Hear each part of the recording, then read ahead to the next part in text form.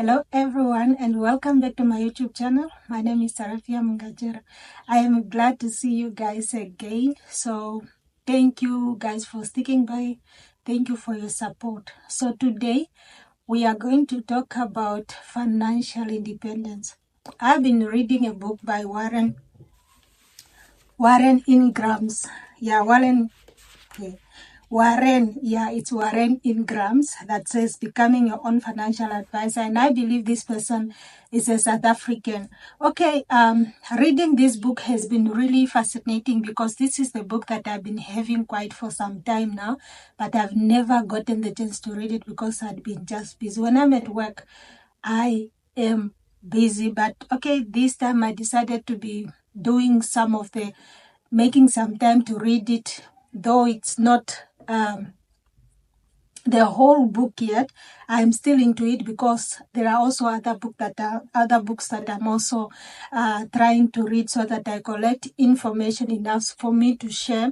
I feel like it's good to share, especially that in our current generation, if I may say, there are a lot of people that are living in debt. A lot of us don't know how to manage our finances.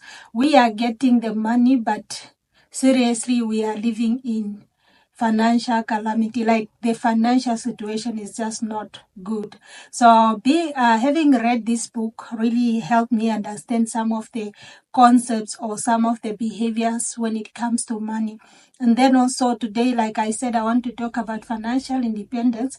Financial independence might be a hard goal to reach. Might be a hard goal to reach, and it might differ from each and every one of us because we all might have a different definition of what is financial independence. But for me, financial independence would look like, because I am not yet financially independent, and that's why I'm on this journey, and I want to bring each and every one of you with me on this journey where we just look into our finances and we are like the generation that want to create generational wealth to let go of this poverty. The truth is that we get enough money despite the level that you work, because many of us like to complain, no, my work, I don't have all my rank. For those who have ranks, I don't have enough salary, but believe me, God knows what He is doing. It is written that he that cannot be trusted with less can also not be trusted with much. So instead of wanting more, we should consider learning to manage what we have or what we get, because that is it for a moment. So I would like to give some points, 4 points on what financial independence looks like. So when you are financially independent, these 4 points must be true in your life. So the points are as follow. I'm going to pin them out. Point number 1 is that you are free of debt, which is incurring debt like the debt that you incurred by expenses that the consuming debt, the debt incurred to buy things that will be consumed or will not appreciate in value over time, like maybe it's a personal loan, it's a cash loan, or whatever kind of debt. And these are called bad debt, guys. These are bad debts because you hardly see the things that we spend on. They are not things that will bring an income. We spend it mostly on things that are perishable, like, maybe you can build, but if you are building a building but it's in the north, for example, but you don't stay there, the building will just be there. It is not bringing you any income, so that is bad debt.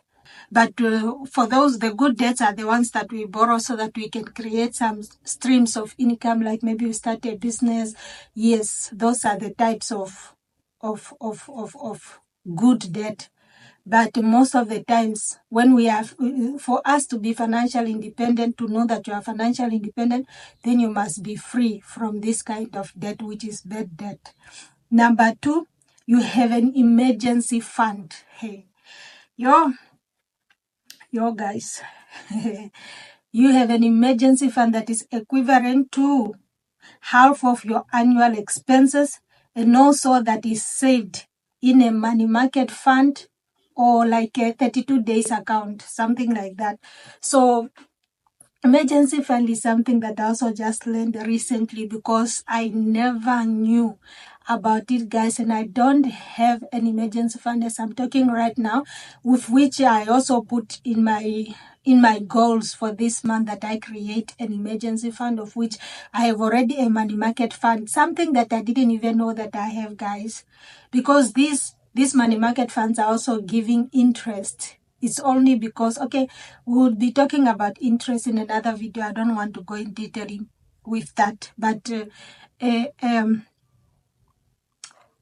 yo, this emergency fund is very important, guys, because this will help you when you are in times of trouble. Like if the unforeseen happens, then you won't go into much debt. Like a lot of people went into debt because of this crisis that happened, because the unforeseen has to happen. The unexpected are bound to happen, but we must plan already in advance for it. We must plan already in advance for it by having an emergency fund where we put money each and every month until it is able to cover like 6 months of our monthly expenses. Then we know that we are secured, because if the unforeseen, maybe you have a car and it breaks down, or you lose your job, then this is the money that you can at least live by for at least 6 months, and while you are still hunting for a job. For some people, they can save up to a year of their monthly expenses, so that at least within that year, even if you are still job hunting, but at least you are not relying on people, you are not going into much debt to borrow much debt for you, or borrowing from Peter to pay Paul. So yeah, that is what an emergency account or emergency fund is about, and I encourage each and everyone. For those who are following me, we will learn more. We will learn more, guys. We will learn more. So don't forget to put it in your comments there if you have already started, maybe you have already known, or so that we can learn from each other. And also the number 3 is you spend less than you earn. You spend less than you earn. So when you want to be the step 4 that you are financially independent is that you spend less than you earn. For some of us, like nice things, or we like to live beyond our means or above. We live above our means. We know that, for example, you only get your salary is $2,000 but your budget is always over with even 500. You are budgeting for things for 2.5. Yeah. Or maybe as soon as you are done, like everything you have, you don't even have any thing left for you to save. That can be said that you are living above your financial means, which is not good, and you are spending more than you earn. So when you are financially independent, you must be able to spend less than you earn. And then the last point, which is point number 4, point number 4 is that your income generating assets are sufficient to pay off your future expenses. Like if you have now generated this the income generating assets, for example, maybe you have rooms for rental, and you know that they are able to pay for your future expenses, that you know in future you have secured yourself, that even when you are not working, you still have some streams of income to supplement your earnings. Then you know that you are financially independent. Those are the 4 points that I wanted to share, guys. So thank you so much for watching. Don't forget to give the video a thumbs up, and also subscribe to my channel so that you'll be notified whenever I post a new video. Thank you so much, guys, and I love you all. May God bless you. Bye. See you in the next one.